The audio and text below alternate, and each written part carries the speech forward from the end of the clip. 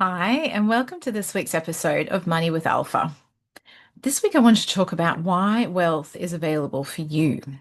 I hear a lot, oh, I don't have enough money to invest, or I can't be wealthy, or I've no one in my family has ever been wealthy, or I don't know how to be wealthy.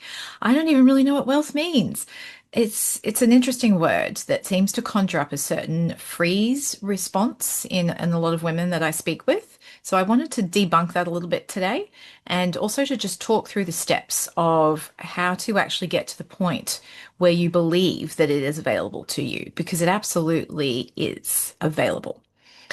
So there's seven areas. I often have five, but today I have seven different areas that I wanted to talk about. So the first one is identity and beliefs. Secondly, I want to talk about habits and stories. Then I'm going to talk about defining wealth, what it actually means and what it means for you, most importantly. And then having a purpose. So what is the purpose of money and how is wealth part of that world? Then let's look at confidence and how to build it, and then how to create calm when it comes to your money. Hint, hint, it's automation. And then seven, how to build momentum and how momentum is possibly the best way to then really actually accelerate building wealth. So, wealth itself is a word that could mean all sorts of things, and it doesn't actually necessarily even need to mean financial wealth. So we'll get into the definition part in a minute, but it's an interesting concept. Like when I first sort of started in this space, to be honest, wealth wasn't even part on my radar. Like I just wanted to understand money, and I started in the money space, and then it kind of grew into sort of confidence and a bit about financial independence. I grew up in a very sort of matriarchal family, which is interesting because the my dad came from a very patriarchal society and culture. But I had some really strong women in my world that tended to counterbalance that a fair bit, to the point where I almost saw this level of independence as not such a like, and even in myself, like I just followed that path because we tend to follow the patterns that we see because it's familiar and we can understand it, and our brains think it's safe because everyone around us who's experienced it is still alive, so it must be safe. And to a certain extent, it is, but it doesn't necessarily mean it's something you're going to end up thriving with. But this level of independence was almost to our detriment because you kind of like, I don't like my, when my parents separated, my mum was so fiercely wanting to maintain her independence. And she knew that money was often used as a bargaining chip and some sort of leverage. And she didn't want that to influence how she raised me. So she didn't want to be beholden to my dad for money because then he could make some demands on the things that she was doing with me. So she sort of sacrificed herself financially in a way for that level of independence. So I saw this and went, okay, independence is what you need to strive for. We need to be independent.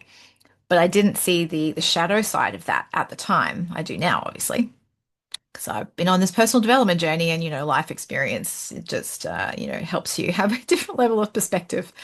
So I strived for that quite a lot, just not just even financially independent, but in any kind of way. I didn't want to have anybody telling me what to do because I saw that a lot in my dad's culture.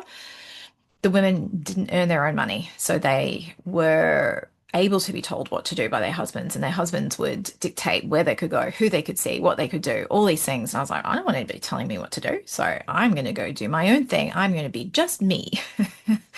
Um, and that is great to a certain extent, but that doesn't mean that you're not open to any kind of help. And it doesn't need to even be financial help, and it doesn't even need to come from a man or a husband.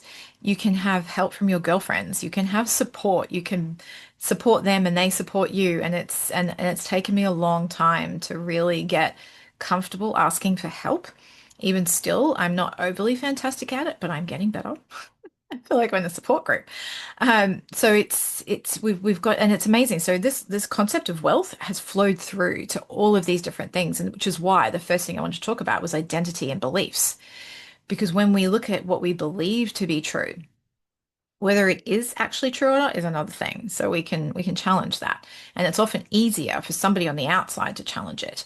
I had clients a couple of weeks back where we were going through habits and beliefs, and I was challenging some of them to the point, not because I knew them better, I was challenging why they had them and whether, in terms of habits in particular, which I'll get to in a moment, they were actually bad habits. Some of the things I was saying, I was like, I actually think that's a good habit, but if you don't, that's the thing. Like, if you believe that this is not a good habit, then that's what matters. And why do you believe that? And then if we look at our beliefs in relation to our identity and who we believe we are, do we, when I look back at, childhood, because that's where all this really originated, we were often told things and we took that on. I took on for the longest time that I was shy. Clearly, I am not shy. As a child, though, to the outside world, they might have thought I was almost mute because I didn't really say much.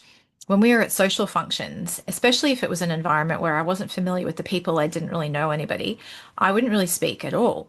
At school, for probably the first 3 years of primary school, I sat under the stairs in recess time. I didn't really interact with anybody. I didn't really have any, well, I didn't have any friends at school.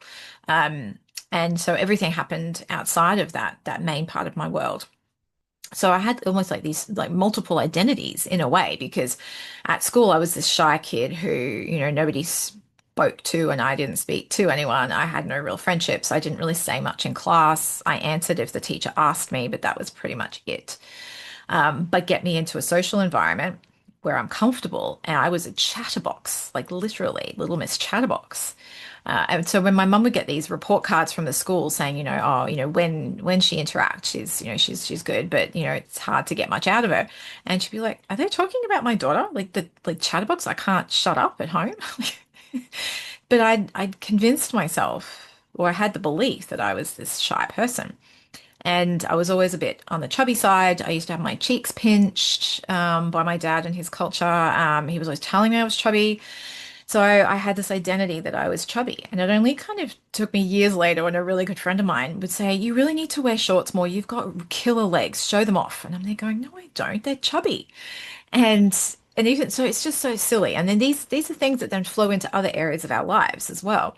I'm not good with money, or I made bad decisions, or da, da, da. And then you'll find things happen to validate that to the point where, you might have invested in something and the price went down. You're like, see, hold ya, I shouldn't have invested because as soon as I do, the price will crash.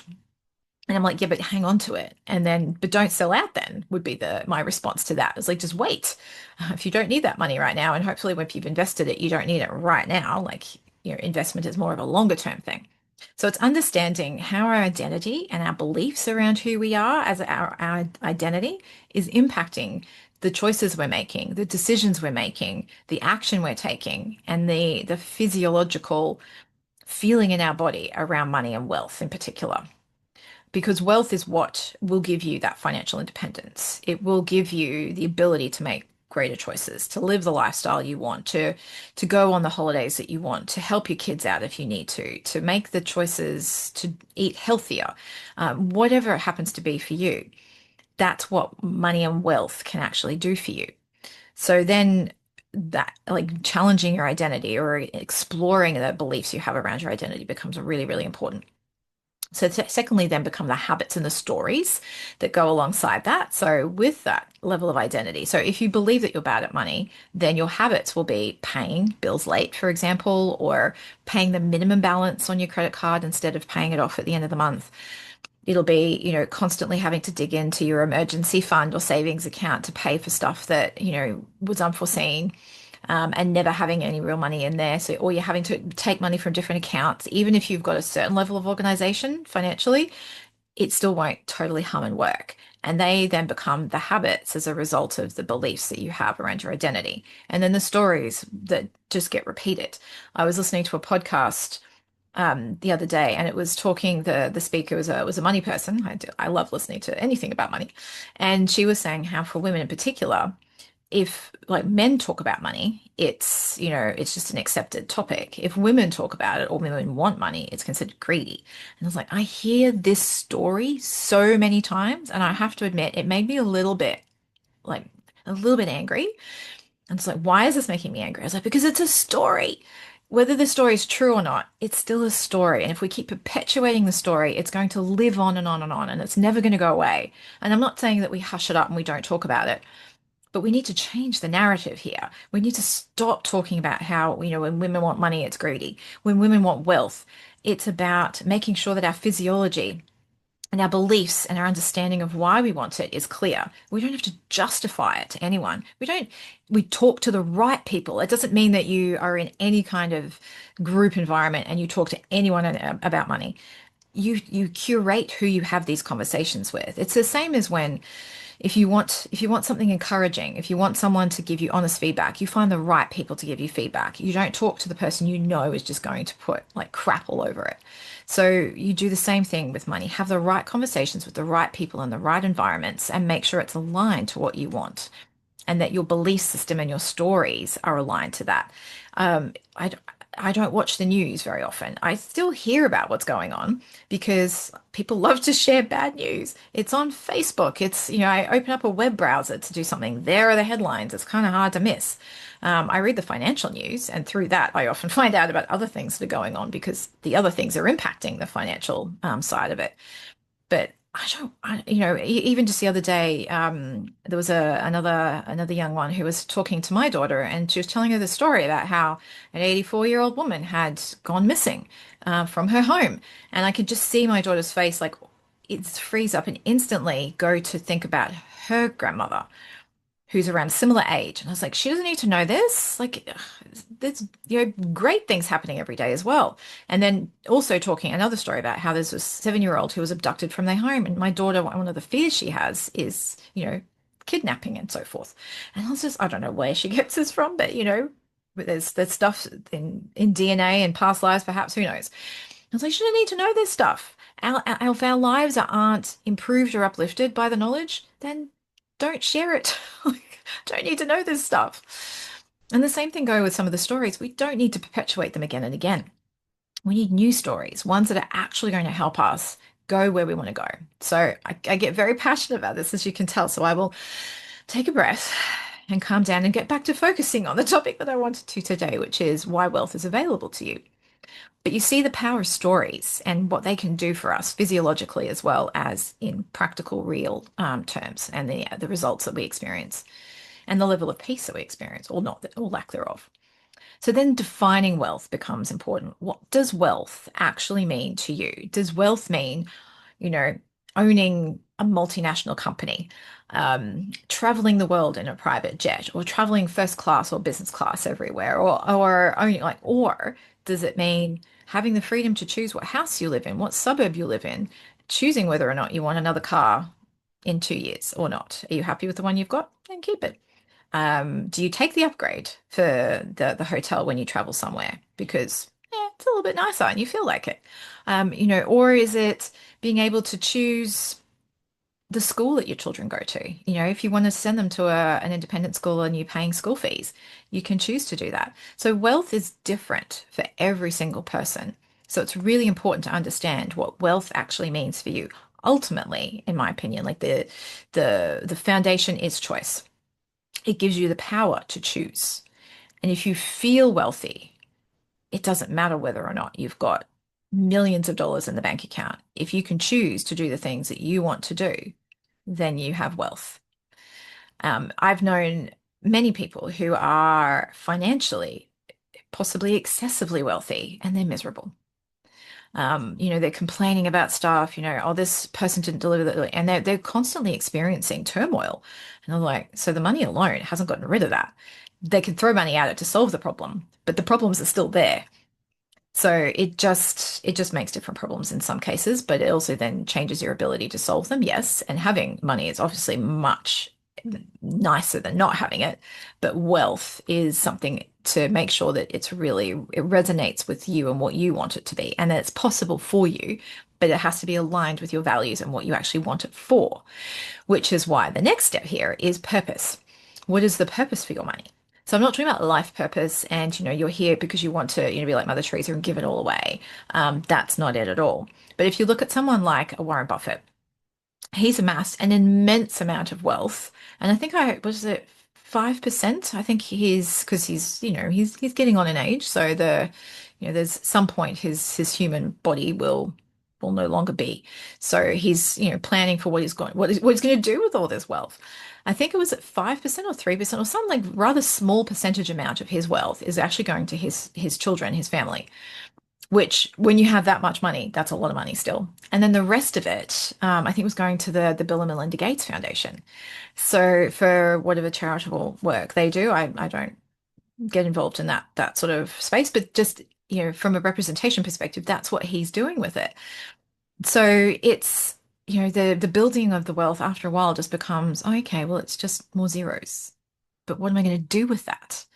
What kind of impact? Today I'm wearing I don't know if you can see it, I'm wearing my Forgotten Women shirt, which is also what triggered some of this conversation too, because I was like, what money and wealth has allowed me to do is to support foundations like this that are helping women stay in their homes or find homes so they don't have to sleep in their car.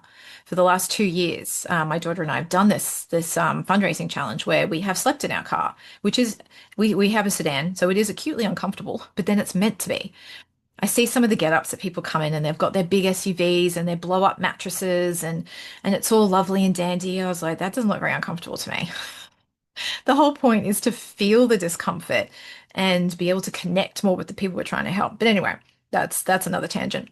But having a purpose that's just bigger than just making money or just building wealth or just having money for the sake of it, like what do you want it for? Because otherwise, it makes it harder to strive for because you're not really emotionally, physiologically connected to what you're doing, especially for women. It's not just about building more money, more money, more money. And in that way, men and women are different. We need to have more of a purpose or impact behind what we're doing and why we're doing it and what the result of that is going to bring. So doing it to perhaps, like I said, to allow your children to go to private schools or allow them to do some other kind of activity or adventure. For you, it might be supporting a charity. I've got a friend whose mother passed away and had diabetes, and so she supports that cause because it's personal and meaningful for her. So being able to have something that you can do, like I went to Uganda, it was probably about 13 years ago now. My goodness, time flies. And I love the work that the Hunger Project do, and I love to be able to support them. But I also love the arts, so I love being able to support the Queensland Ballet. I also love animals, so I support a charity that provides therapy dogs for people who need therapy. Like it helps them have an improved quality of life. So I use my money to be able to support all these different organizations that I feel very passionate about for various reasons. So that's what wealth means for me, being able to have the choice to do the things I want to do, being able to have the experiences that I want to experience, and being able to help the groups that I want to help. And once you start to understand what all of this is, what your beliefs are around yourself and your identity and wealth, and what your habits and stories are as the onflow effect of that, how you define wealth for you, and then the purpose that you have, you start to build that wealth foundation, and with that comes the confidence, because once you start to see it working, you're like, I can do this. Oh, I can actually build it. Oh my gosh, this is doable. I can do this. This is amazing. And so your confidence grows. Once the confidence grows, then you need to create some calm around it, because at the moment it's probably just creating so much physiological tension in your body. It's being stored in places that you don't want it stored. You want the calm. You want your whole body to feel calm. You don't want to have this mental load around money anymore. And so with that, you can do things like creating automation. So automate money going into savings, automate investing, so that ultimately you can build momentum and then just stop thinking about it. We can have meaningful, uplifting, practical conversations. And the conversation will then change to, oh my God, I can't do this, or money is so hard, to, all right, what are you investing in? Like, so that's like such a big difference, that conversation. It literally will go from I just don't want to think about this anymore to, okay, so how are you doing that now? Because I've noticed this in myself. The conversation I've had in this space has changed over the years as I've become more confident, knowledgeable, experienced, and just generally calm about it. And I'm like, hmm. So this year I've started to invest in slightly different things because I can. And because, like I mentioned in a previous episode, I get bored doing the same thing all the time. So it's like, okay, I want to give this a go now.